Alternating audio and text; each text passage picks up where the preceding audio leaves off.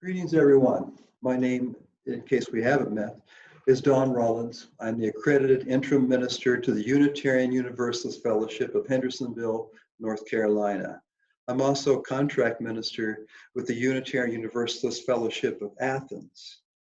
Given the many changes in our lives, some are small, others keep us apart from the places and the people and the routines that feed and nourish us.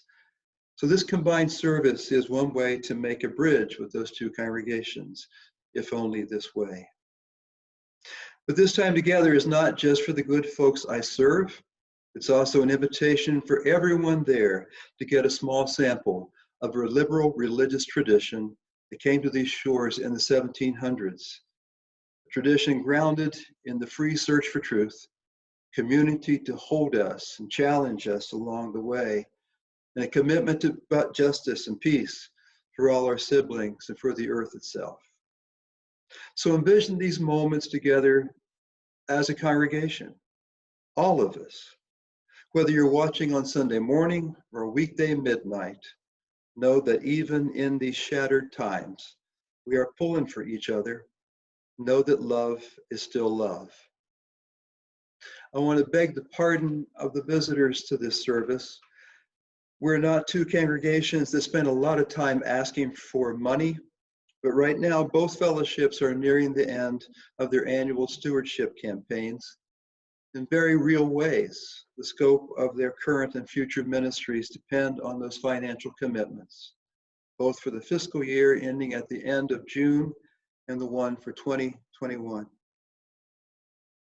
As I've mentioned in our first two online services, the COVID-19 virus has changed almost everything we do. It changes almost everything we think. It does not change core values that I'll talk about.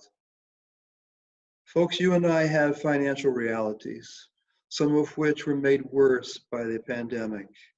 And no doubt some of you watching right now have or will lose your jobs. Some of you have children or spouses or parents that you're supporting.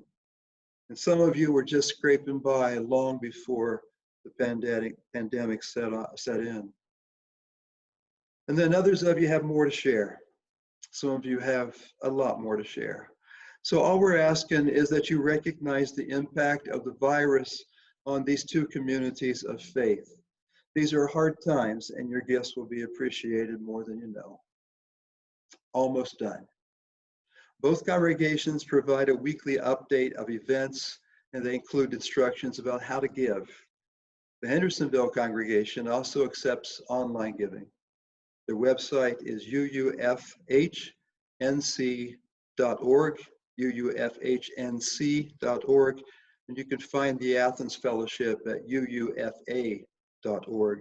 And again, that's uufa.org. And let me just give one shout out for the Hendersonville Program for Children and Youth. The acting director of family ministry now has their own blog listing the dates and the times that they'll be facilitating activities for both age groups. Thank you for your patience, visitors. For all, what I have for you today are some words and music that I hope you'll find comforting. Given the cloud under which we're living, given the deadly nature of this virus, how could we not include moments for reflection? But I've also built in some light moments as I invite Unitarian Universalists in particular to use these days as an opportunity to take stock of what they value and how they describe those values to others.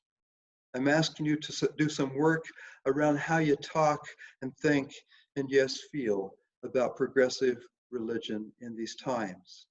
So, what say we let go of all that robs us of our inner quiet? What say we focus only on the essential, be that your God, your faith tradition, or that particle of life and love that courses through your very veins right now. What say we just be together?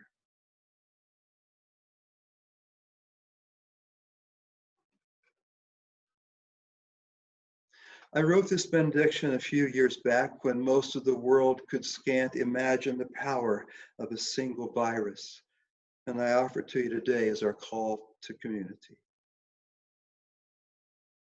This is our time. This is our invitation to consider that we, at the core of all that binds us. We are the kids who pry us away from so much seriousness. We are the youth, the ones who ask questions with more than one answer. We are grown-ups who are so very, very different. And yet when it counts, they find the common way.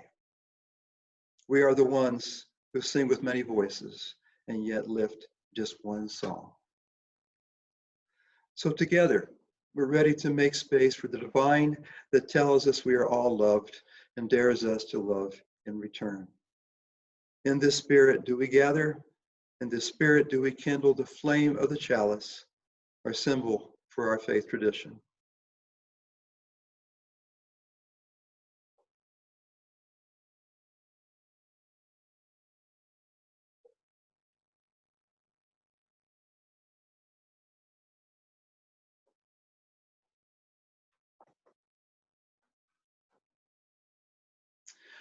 On most Sundays, whether I'm in Hendersonville or Athens, we save space for the deep transitions in our lives.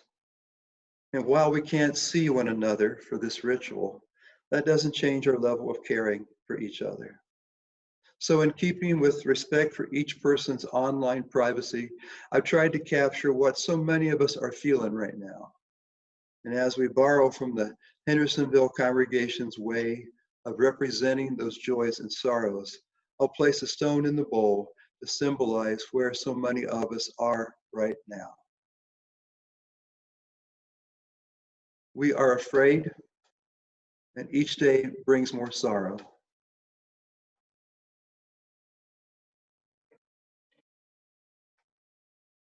We are angry, even outraged. How did it come to this?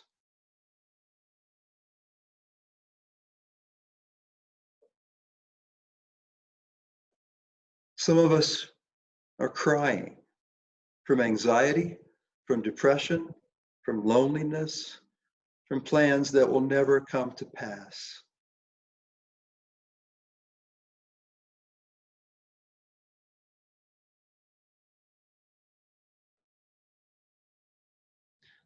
And then we add a stone for those who are quietly, if cautiously, helpful.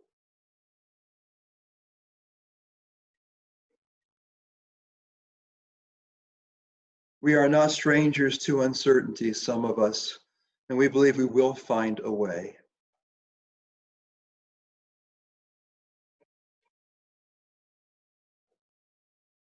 And we are no strangers to uncertainty, as I said. For we are held in the palm of the Spirit of life, the divine within and without that has brought us safe thus far. And I say that we are alive, and that's enough for now.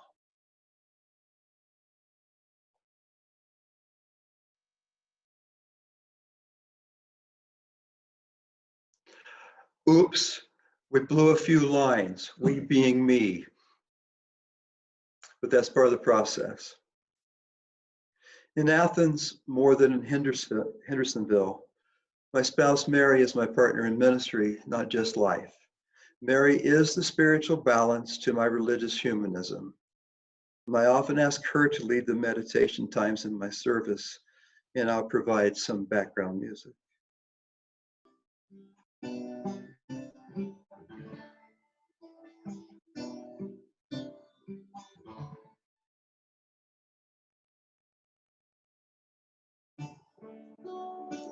Hello. I invite you to get comfortable.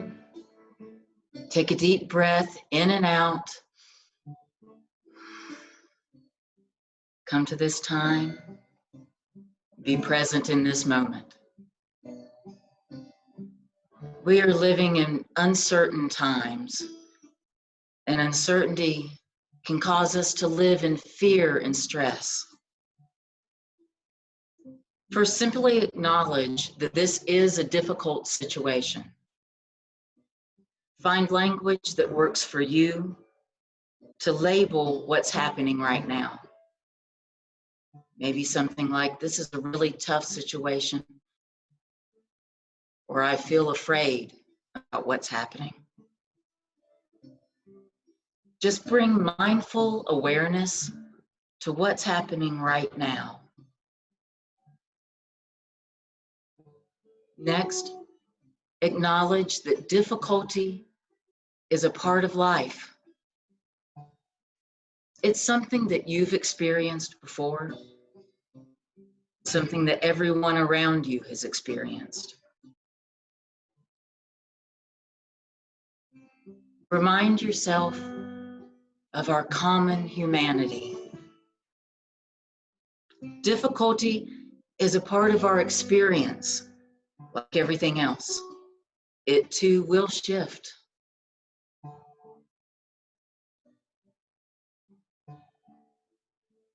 Finally, I invite you to say to yourself, may I be kind to myself in this moment. May I be kind to myself in this moment. Acknowledge that no matter how hard the situation is, you can still find time to be kind, especially to yourself. Use any language that feels right to you to support this sense of kindness. Perhaps choose wording that you would offer a friend in a similar circumstance. Something like, I'm here for you. Or, it's going to be okay.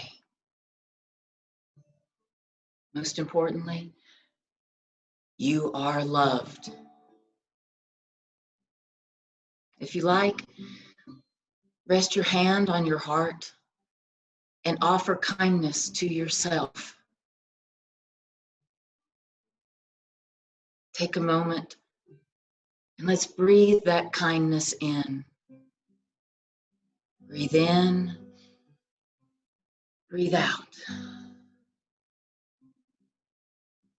Breathe in, breathe out.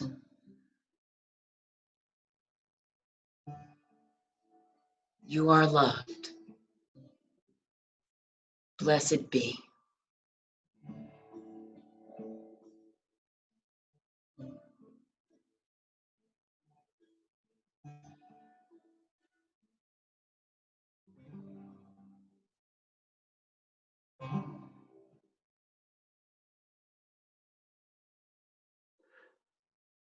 Folks, let me say again that we're all in trouble. To be honest, many of us are scared on many levels for many people, and I am among those folks. But I do know this. I know that being scared is a sure way to waste time, energy, and fun. So this is a sermon with what I hope will be some relief from the enormity of suffering and, yes, horror, but with a purpose.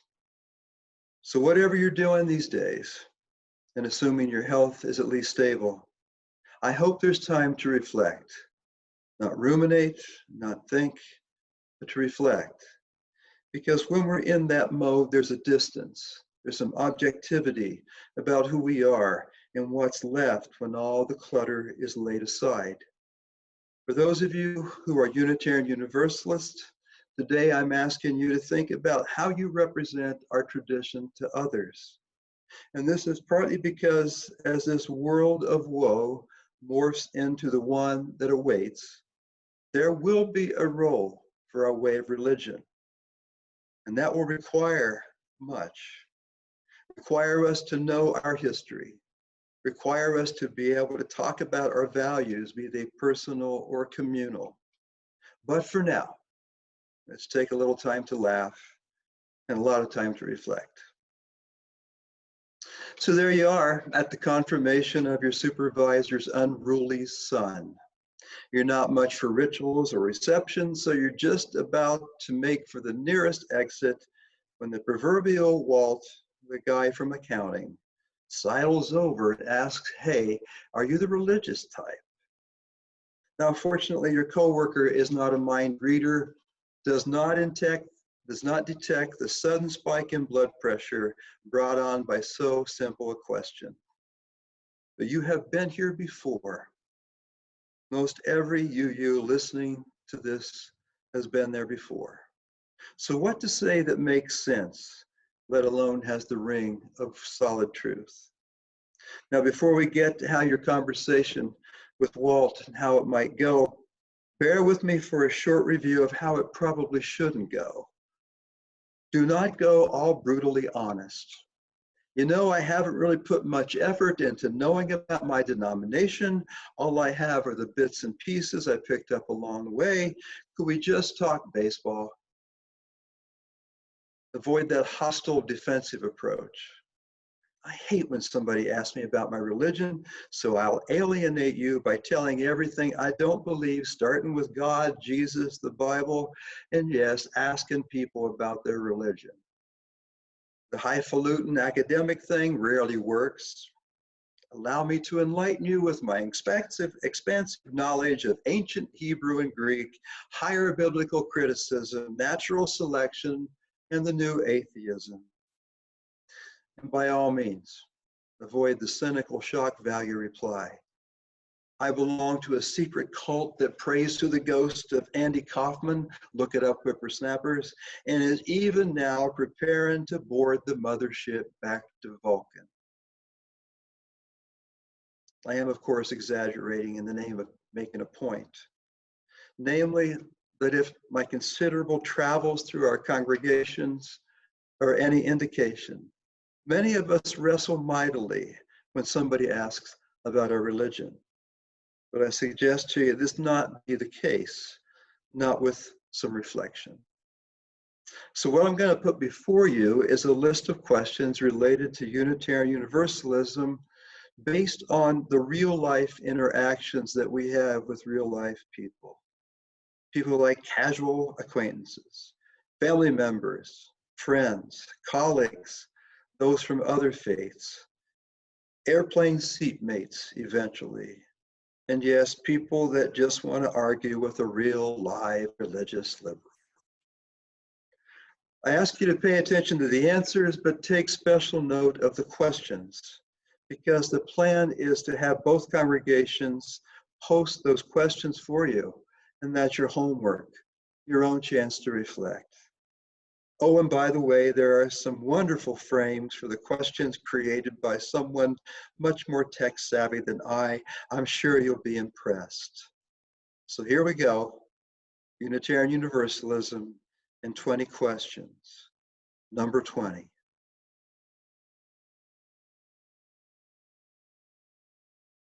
How come I've never heard of your religion? Two main reasons. First, even though we go back to the 1770s in this country, we were never as large as, say, the Episcopal or Methodist churches. And second, I believe we have been way too quiet about who we are and what we have to offer. Number 19.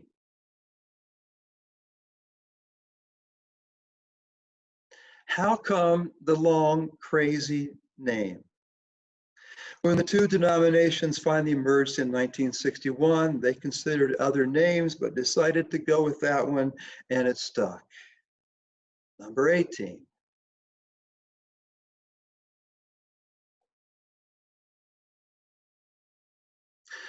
Are you a real church, or are you a cult? We're pretty sure we're a real religion, even if some other folks don't. Both of our denominations began as Protestant Christian churches, so in many ways we're organized that way today. And over time, some congregations decided to call themselves fellowships, or societies, or congregations. But either way, we make for a very lousy cult. The cults seek to be exclusive and inwardly focused, and we're trying to be just the opposite. Number 17.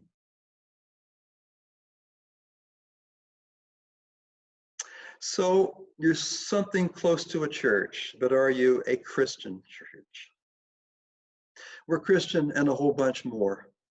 On any given Sunday, you could be sitting next to a UU humanist, who's sitting next to a UU Christian, who's sitting next to a UU pagan, who's sitting next to a UU that categorically resists categories. So yes, there are practicing Christians in our denomination, folks for whom Jesus is the model for love and for justice. They are a minority these days. Number 16.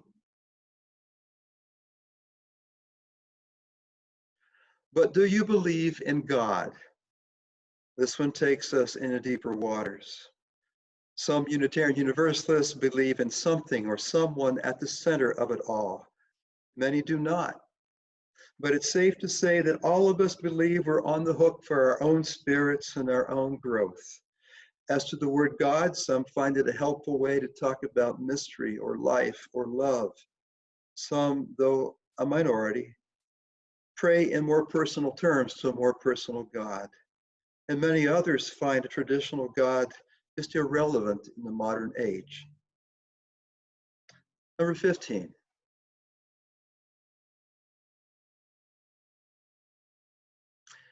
This one is among the most common. So, anybody can believe anything. Intellectually, I say yes. But I've never known anyone to be excluded or asked to resign membership because of what they think. But I can tell you this, I can tell you for sure that anybody who tries to tell others what to believe is going to have a pretty miserable experience with us, because that free search thing is non-negotiable. Number 14.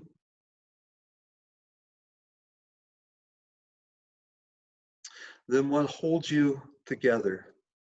And I suggest that the answer is values, not beliefs. As I see it, the core values, things that every UU I know can and does affirm, are three: religious freedom, caring community, social justice. Freedom, as in each person is responsible for their own beliefs. Community to us means growing and loving the best we know how. And when we talk about justice, we mean we want to pool our resources to help make a better world. So it's not what we believe that keeps us together, it's what we value. Number 13.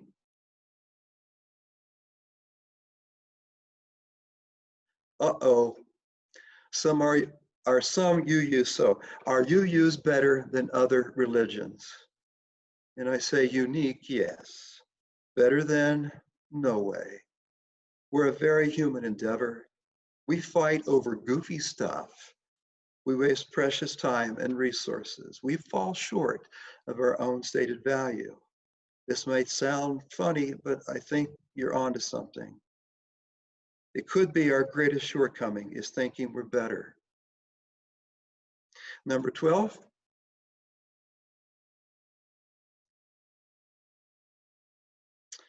Here's one that I get when I go back home to Southern Ohio. This sounds like some pretty pointy-headed stuff to me. You have to be well off and educated to be a UU. And here I respond with, it's true that we put a lot of trust in reason and science. We're not very good at taking religious claims at face value, and the class thing is real. Because we're near the top of the religious heap when it comes to academic degrees and money, and it's part of who we have been to date. But we decided a few years ago to get serious about how open we really are. It's a start. Number 11.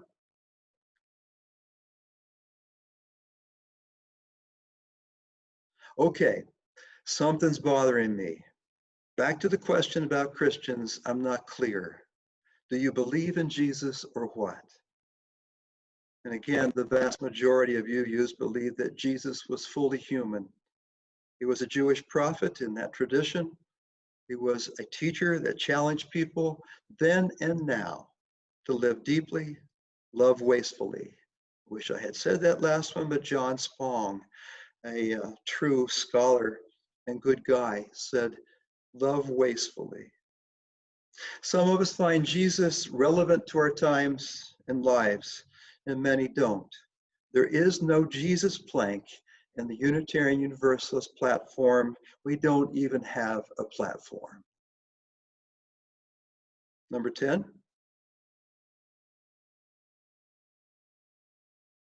You don't believe in the Bible either?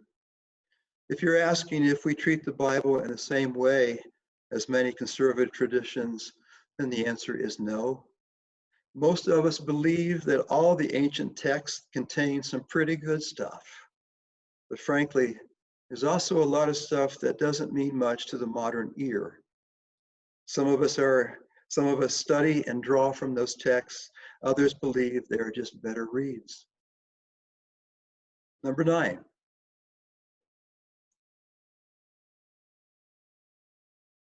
What does your church say about homosexuality and abortion? For the past 40 years plus, our denomination has been working on behalf of gay, lesbian, bisexual, transgender, queer folk, and anyone who dares to be themselves. We have traditionally been served by LGBTQ persons at every level of our organization. But we're just beginning to get real about our own phobias and our own prejudices. As to abortion, so personal a belief is left up to the individual. But in the interest of full disclosure, I do believe if we took a survey, the vast majority of us are pro-choice. Number 8.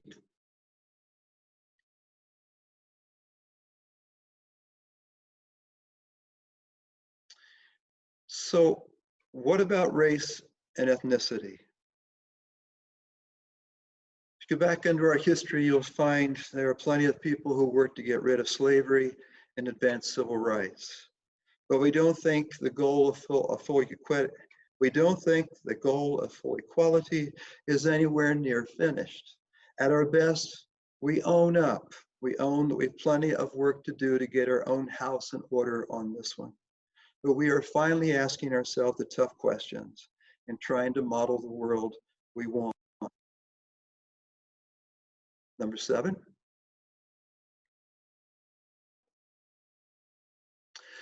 What do you teach your children in their youth? That they are good, that they are a part of a long and proud free church tradition. We teach them to honor their spirits and their bodies and their brains. We teach them about personal spirituality and world religions, respect for difference, service, and our own tradition. And when we get it right, we teach them about love. Number 6.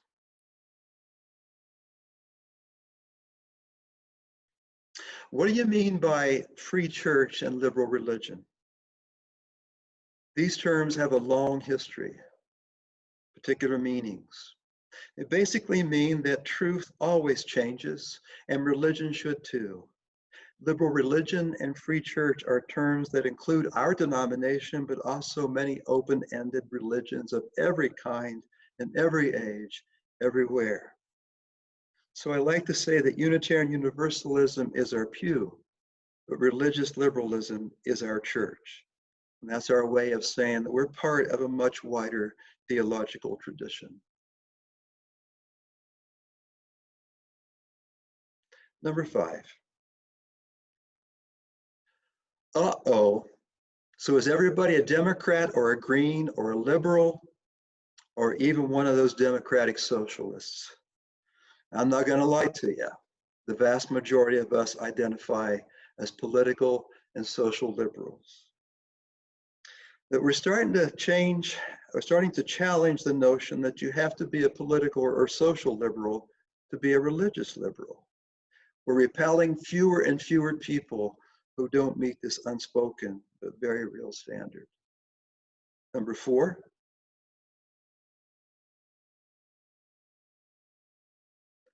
uh-oh again, what about heaven and hell?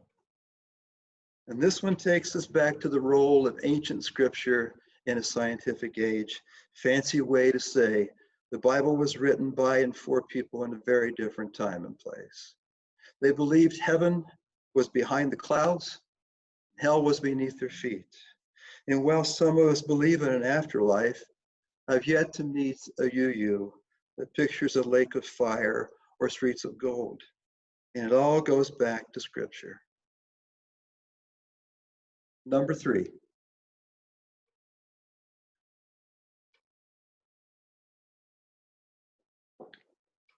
Excuse me. Do you know, excuse me again, do you know how confusing this can be? And I say, are you kidding me? How would you like to spend your days explaining this stuff? The thing to remember, though, is this. We believe that you can and should find your own path, period. Number 2.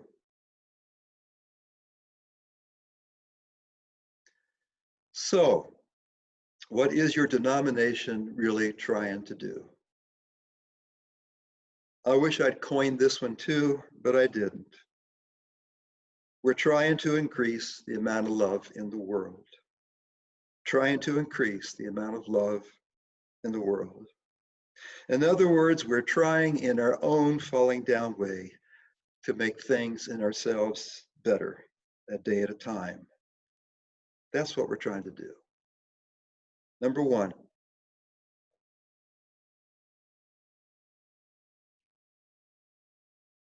Quickly go off script. This is one of my favorites. And what if you're wrong about all this? And the only straight up answer is that we believe there are many ways to be spiritual, not one. And yeah, we're rolling the dice on that. We could be wrong. We could be, as Spong says, delusional. But the way we figure it, no one sees the face of the holy straight on. Truth is partial. What we know for sure is that we're different, and it's okay. In most days, this is all we need to know. Congratulations, you made it through all 20. So back to Walt from accounting. Walt says he kind of gets it, but it's a mind blow. And I tell him it's okay. I tell him we're talking about a way of life, not just a religion. And when he changes the topic, finally changes the topic to baseball, I tell him that one day baseball would be back. Unfortunately, that means the Yankees will be back. So back to the reflection part. Everybody, our hearts are broken right now. Chances are deep suffering will afflict our 2 congregations and those of you who are visiting with us online today. But I say to you, there is and there will be time enough to worry and rage and cry. But this can also be a time to reflect on how you and I embody and do right by this religion that has freed and sustained us for so long, some of us. So we'll close by saying, we are far from all we really want to be. And yes, I believe we have our own sins for which we should atone. But there remains for us our belief that these are our people and this is our place. For now, we share that faith mostly online. But friends, in whatever form, on whatever day, you and I will be asked questions again, face to face. What do we believe? And I ask you again, what will you say? What will you say? Today's benediction was part of a communication from our Unitarian Universalist Association. I believe it has been cleared for our use. And it comes to us from the author and speaker, Laura Kelly Fanucci. She titles it, "When This Is Over." When this is over, a handshake with a stranger, full shelves at the store, conversations with neighbors, a crowded theater, Friday night out, the taste of communion, a routine checkup, the school rush each morning, coffee with friends, stadium roaring, each deep breath, a boring Tuesday, and life itself. When this ends, we may find, this is my line now, when this ends, we may find that we have become more like the people we wanted to be, people we were called to be, people we hope to be. And may we stay that way, better for each other, better for the worst, even if it comes. Folks, thanks for spending some time with me. I hope I've challenged some folks who I know and maybe piqued the interest of those of you for whom this is all brand new stuff. And even if you're not sure what to make of it, we're glad you spent this time with us. In that spirit, we extinguish our chalice.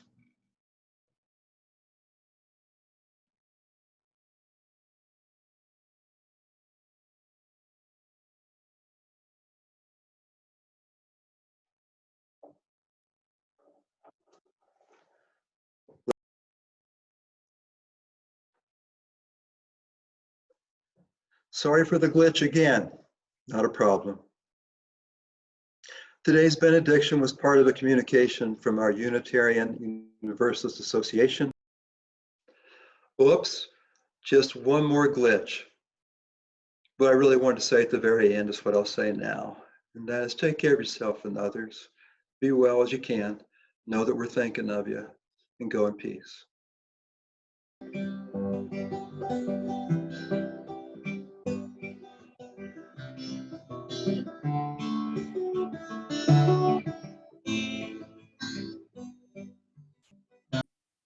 Hey, Don, why don't you end the whole thing with a you joke? Only if you insist. I insist. A Unitarian Universalist died, and to their surprise discovered that there is indeed an afterlife. The angel in charge of such things told them, because you are an unbeliever and a doubter and a skeptic, you will be sent to hell for eternity.